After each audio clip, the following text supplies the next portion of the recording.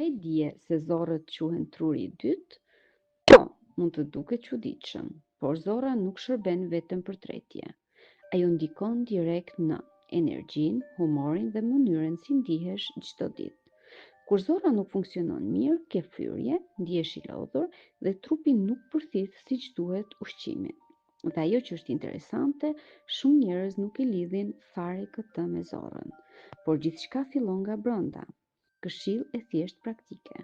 Shto ushqime që ndihmojnë tretjen, si lakra turshi, por e përgatitur sa më natyrale dhe me pak krip. Gjithashtu kos natyral dhe më shumë fibra nga frutat dhe perimet. Këto ndihmojnë florën e zorrëve dhe përmirësojnë tretjen.